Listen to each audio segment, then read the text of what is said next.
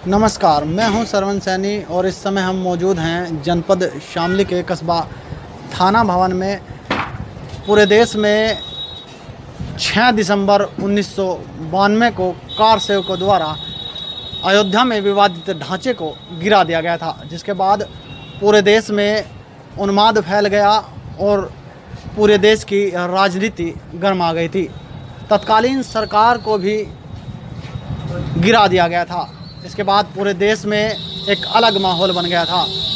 BJP यहाँ से अपना सफ़र तय करके आगे बढ़ती है और आज वो केंद्र में और उत्तर प्रदेश में भी सत्ता में है। और इस कार सेवक के पीछे बीजेपी के बड़े बड़े चेहरे रहे हैं। चाहे बात करें तो लाल कृष्ण आडवाणी की या विश्व हिंदू परिषद से जुड़े अशोक सिंघल की और वीना कटियार की, ऐसे बड़े कई चेहरे थे जब 1992 के दौरान उनके तस्वीर सामने उभर के आई। अब जब इस पूरे मामले को लगभग 28 साल बीत चुके हैं, अब 5 अगस्त अयोध्या में राम मंदिर बनने की तारीख तय हो गई है। इस दौरान मंदिर की नींव रखी जाएगी। अब श्री राम मंदिर बनाए जाने पर देश में जहां हिंदू जो पक्ष है 500 वर्षों के बाद राहत महसूस कर रहा है और उसे खुशी है। इस दौरान कार सेवक विवादित ढांचा और इसमें संघर्ष को लेकर कुछ लोगों ने अपने बलिदान दिए हैं और इसमें शामिल रहे हैं। उन्हीं की जुबानी सुनेंगे क्या कुछ उस दौरान हुआ था और क्या देश में रहा था और शामली का क्या महत्वपूर्ण भागीदारिता इस पूरे कार्यक्रम में रही थी। हमारे साथ कार सेवा में शामिल शंकर दास किन्नरा जी हैं। लगभग उनकी उम्र अब 78 साल के आसपास है। यादें हालांकि धुंधली हो गई हैं, थोड़ी याददाश्त में फ़र्क है, लेकिन जो भी उनसे पूछा जाएगा, कोशिश करते हैं क्या हुआ था उस दौरान। बाबूजी एक बात बताएं, जब 1992 में विवादित ढांचा जो गिरा दिया गया था कार सेवा, किस तरह का माहौल शामली में था और कितने लोग यहाँ से शामिल हुए थे इस पूरे कार्य योजना के तहत? यहाँ से जाते रहे, हाँ, जो जहाँ कहीं अरेस्ट हो गया, कोई कहीं मतलब इस तरीके से कोई बचाव करके निकला। मैं तो यहाँ से निकल गया था 4:30 बजे ही।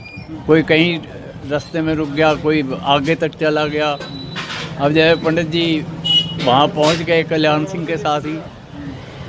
अच्छा, उसके बाद जैसा पुलिस का जो माहौल जो यहाँ रहा, क्या माहौल उस समय रहा? अब जो है राम मंदिर बनने जा रहा, हाँ, तो अब कैसा आप महसूस कर रहे हैं? उस दौरान आपने जो है आपने जो भागीदारिता करी, अब राम मंदिर बनने जा रहा, 5 अगस्त को इसकी तारीख तय कर दी गई। भाई हम तो ये चाहें कि जो भी हमारे से सेवा हो सके हम करने को तैयार हैं, और उसके बाद में हमारी आंखों के सामने हमें दर्शन हो जाए कि ये हो गया।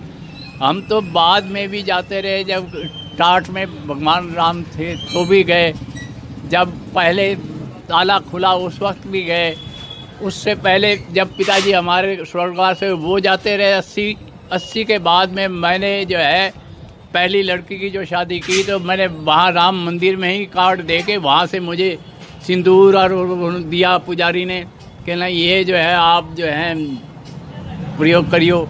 और उसके बाद में हमारे यहाँ तो कोई कमी आई नहीं।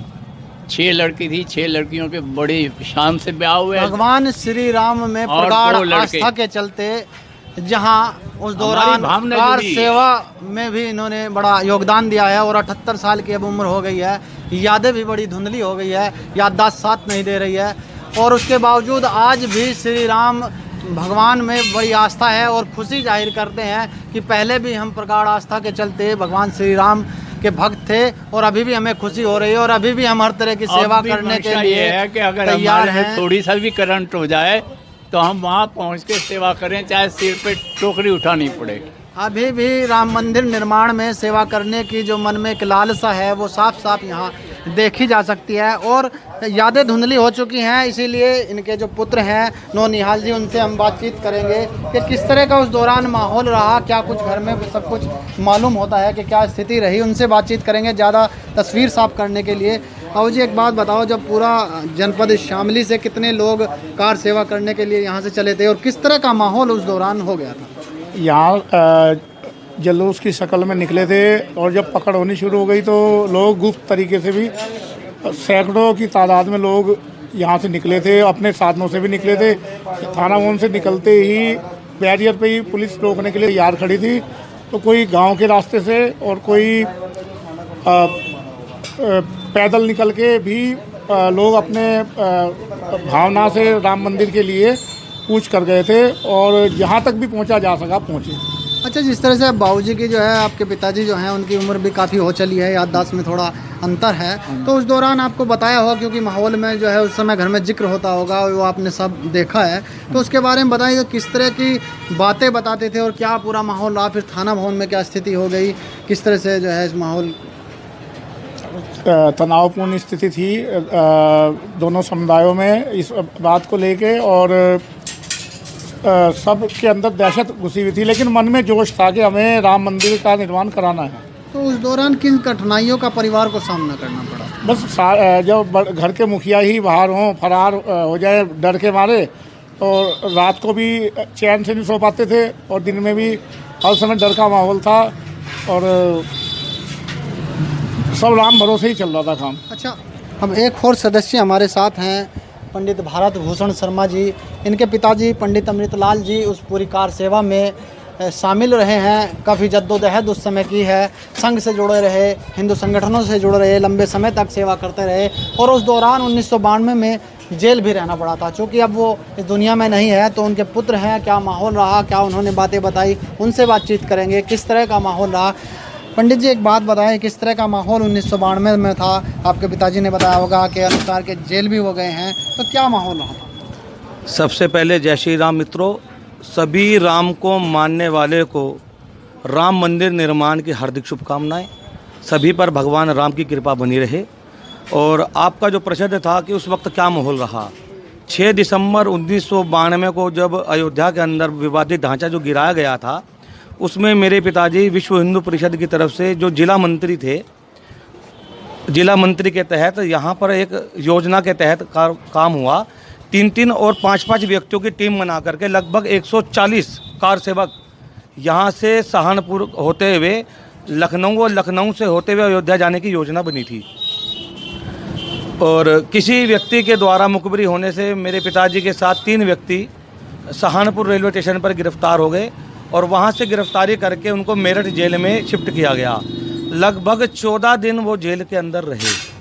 ये 14 दिन हमारे परिवार के ऊपर बहुत ही डराने वाले दिन थे। हर वक्त एक भय का माहौल था कि कहीं दूसरा समुदाय घर पर आक्रमण ना कर दे, या पुलिस आकर के घर में कोई तोड़ फोड़ ना कर दे, गिरफ्तारी ना हो जाए। और घर की आर्थिक स्थिति भी ज़्यादा सुदृढ़ ना होने के कारण वो 14 दिन जो हमारे ऊपर बीते थे बहुत ही भयानक बीते थे। मगर भगवान की कृपा जहाँ पर थी, आज सारा समाज, हिंदू समाज के लिए हर्ष का विषय है कि हम कोर्ट के माध्यम से जो 500 सालों का संघर्ष था हिंदू समाज के द्वारा, वो आज सफलता प्राप्त कर गया है। और श्रीमान प्रधानमंत्री मोदी जी के द्वारा 5 अगस्त को राम मंदिर निर्माण की जो शिला रखी जा रही है, ये सभी राम भक्तों के लिए एक बहुत बड़ी विजयी है। अच्छा, जिस तरह से पूरे माहौल देश में उस समय बना था और आज उसका बिल्कुल उलट है, क्योंकि उस समय विवादित ढांचा गिराया गया था और पहली बार जो हिंदू मुस्लिम में तनाव जो है उत्पन्न हो गया था इस पूरे मामले को लेकर। क्या कुछ स्थिति थाना भवन की रही, कुछ याद हो कितने लोग यहाँ से गए थे, किन लोगों ने भागीदारिता की थी, अंदाज कुछ? लगभग 140 व्यक्ति 3-3 और 5-5 ग्रुप के उसमें गए थे, जिसमें ठाकुर तेजपाल सिंह, ठाकुर महिपाल सिंह राणा, नरेंद्र सैनी जी, शिव कुमार जी, राकेश काम्बो जी, शंकर दयाल जी और रतनलाल सोनी जी, और ऐसे बहुत से व्यक्ति जिनका मैं नाम भी नहीं जानता। ऐसे लगभग 140 व्यक्ति कार सेवा करने के उद्देश्य से थाना भवन और थाना शामली जनपद से यहाँ से अयोध्या के लिए कूच किया। और रही बात माहौल की, तो जब अयोध्या में विवादित ढांचा गिरा तो दोनों समुदाय के अंदर डर का माहौल था।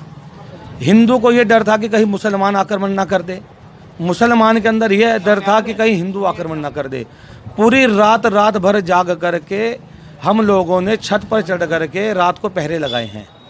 उस पहरों में हमने सभी ने आपस में एक कोड वर्ड निश्चित किया हुआ था, अगर किसी मोहल्ले या परिवार में कोई दिक्कत होगी तो हम उस कोड वर्ड का यूज करते थे, तुरंत दूसरा व्यक्ति उसी सहायता के लिए वहाँ पहुँच जाता था। मगर भगवान का ऐसा रहा आशीर्वाद कि इस थाना भवन में किसी प्रकार की कोई अप्रिय घटना नहीं घटी। धीरे धीरे जैसे समय बीतता गया तो माहौल सामान्य होता गया। जो हिंदू मुसलमान की जो खाई थी वो खाई को भरने का काम समाज ने खुद किया। अच्छा, जो सबसे बड़ी न्यायालय है हमारे यहाँ सुप्रीम कोर्ट, उसके अनुसार जो है अब मंदिर बनने का मार्ग प्रशस्त हो गया है और केंद्र सरकार की इसमें बड़ी भूमिका रही है, तो वहीं उत्तर प्रदेश सरकार की भी इसमें बड़ी भूमिका रही है। इस पर जो केंद्र सरकार की जो भूमिका है और उत्तर प्रदेश सरकार की जो भूमिका है, इसके अनुसार जो है किस तरह से जो है इन दोनों सरकारों को देखते हैं? पहले तो मैं यही कहूँगा कि केंद्र और उत्तर प्रदेश की जो सरकार है, भाजपा सरकार, इन्होंने इच्छा शक्ति प्रकट की। यही इच्छा शक्ति अगर उससे पूर्व की सरकारें करती तो शायद ये विवाद जो है, आज 70 साल तक देश आज़ाद हुए हैं, 70 साल तक जो हमने संघर्ष किया कानून के माध्यम से, उन सरकार की इच्छा शक्ति नहीं थी कि राम मंदिर का निर्माण का जो मार्ग है वो प्रशस्त हो। उन्होंने इसको राजनीतिक मुद्दा बना करके रखा और पूरे भारतवर्ष को हिंदू मुसलमान और मंदिर मस्जिद में बांट करके रखा, इसीलिए इसको लटका के रखा गया। केंद्र सरकार और उत्तर प्रदेश सरकार ने स्थिति स्पष्ट की कि जिनकी जगह है उनको दी जाए। तो जो पृष्ठ थे, लगभग 13,000 पृष्ठ थे, जिनका हिंदी, उर्दू और संस्कृत से अंग्रेजी में रूपांतरण करना था, पूर्व की सरकारों ने 10-10 साल, 15-15 साल में वो काम नहीं किया। योगी की सरकार ने मात्र 6 महीने के अंदर उस काम को करके सुप्रीम कोर्ट के समक्ष रखा, जिससे कि सुप्रीम कोर्ट का जजमेंट बहुत शीघ्र आया और हिंदुओं के पक्ष में आया। ये सरकार की इच्छा शक्ति थी कि आज मंदिर निर्माण के अंदर इन सरकार की बहुत महत्वपूर्ण भूमिका रही। अच्छा, जिस तरह से उस समय जो है 1992 का मामला रहा और बहुत से सारे लोग जो है श्री राम मंदिर से जुड़े रहे, अयोध्या से जुड़े रहे, तो क्या इस दौरान भी आपको किस तरह की मनसाब है? अब मंदिर बनने जा रहा है, क्या सेवा इस तरफ से करेंगे या जुड़े रहेंगे? पिताजी आपके जुड़े रहे इस पूरे मामले से, यहाँ के और बहुत सारे लोग हैं जिनकी आस्था श्री राम में अभी भी मौजूद है और अभी भी चाहते हैं कि वो अयोध्या किसी तरह से चले जाएँ, तो क्या भविष्य की मंशा है? अयोध्या जाने की जहाँ तक बात है तो शायद ही कोई ऐसा प्रत्येक हिंदू होगा जो अयोध्या जाने के बारे में ना सोचे, क्योंकि वैश्विक महामारी कोरोना के अंतर्गत चलते हुए सभी को अपने घर पे रहने का ही आदेश सरकार के द्वारा प्राप्त हुआ है। तो प्रत्येक व्यक्ति को अपने घर में कम से कम 5 दिए देसी घी के जलाने चाहिए। और जैसे हम दीपावली का पर्व मनाते आए हैं, मेरी समस्त हिंदू समाज से यही प्रार्थना है कि एक दीपावली ऐसी और होनी चाहिए मंदिर निर्माण के दिन कि प्रत्येक घर में लाइटिंग हो, घी के दिए जलें, मिठाई का वितरण हो और एक खुशी और त्यौहार के रूप में 5 अगस्त को इतिहास के अंदर अमर हो जाए। ऐसा मेरा हिंदू समाज से निवेदन है। यहाँ पूरे देश में एक तरह की रूमर चल रही है, चूँकि 5 तारीख में ही जो है 370 धारा को जो है बीजेपी ने हटा दिया था और कश्मीर वाला जो मुद्दा था विवादित उसे भी सोल्व कर दिया था और अब 5 अगस्त को मंदिर निर्माण का मार्ग प्रशस्त हो रहा है। तो ये कहीं ना कहीं सोशल मीडिया में इसकी चर्चा है कि इस तारीख को जो है केंद्र सरकार जानबूझकर इसी तारीख को निर्माण की तिथि तय की है, जिससे इस तारीख को वह देश में दीपावली के रूप में या किसी तारीख भव्य दिनांक के रूप में मना सके, त्यौहार के रूप में मना सके। जहाँ तक सनातन धर्मी होने के नाते आपने प्रश्न किया है, ये एकमात्र संयोग है। हम अगर मकान की नींव भी रखते हैं तो वो भी हम पंडित जी से पूछ के उचित मुहूर्त में रखते हैं और ये भगवान श्री राम मंदिर के भव्य निर्माण का है। तो संयोगवश ये भी 5 ही तारीख को आ गया। ऐसा नहीं है कि 5 तारीख को हम इतिहास में अमर करना चाहते थे केंद्र सरकार की, ऐसी कोई इच्छा शक्ति नहीं थी। जब 5 अगस्त पहले हुआ, 370 धारा खत्म हुई और आज ये 5 अगस्त का जो पूर्ण रूप से शुद्ध मुहूर्त है, उस मुहूर्त का एक संयोग ही है मात्र कि दोनों जो काम हुए हैं वो 5 अगस्त को हुए हैं। बहुत बहुत धन्यवाद। बहुत सारी जानकारी इस पूरे बड़े लंबे संघर्ष को लेकर यहाँ मिली है। हालांकि जो लोग कार सेवक के रूप में इस पूरे प्रकरण में शामिल रहे, इस विवादित ढांचे को गिराने में जिन लोगों ने अपने बलिदान लिए और इस राम मंदिर के मार्ग को प्रशस्त करने में जिन लोगों ने अपना बलिदान दिया और अपना बहुत कुछ निछावर किया और बहुत कुछ इस देश ने खोया है, और आज वही राम मंदिर बनने को तैयार है। 5 अगस्त को राम मंदिर की नींव रखी जाएगी, जिससे भारत देश में खुशी की लहर है। और सर्वोच्च न्यायालय ने भी यह फैसला सुना दिया था, उस दौरान ही हिंदुओं में बड़ी खुशी जाहिर की थी। और इसके बाद अब केंद्र सरकार और उत्तर प्रदेश सरकार मिलकर इस काम को लगातार आगे बढ़ा रही है। ऐसे ही किसी और मुद्दे पर फिर मिलेंगे। कैमरामैन दीपांशु निगरानी के साथ सरवन सैनी की रिपोर्ट।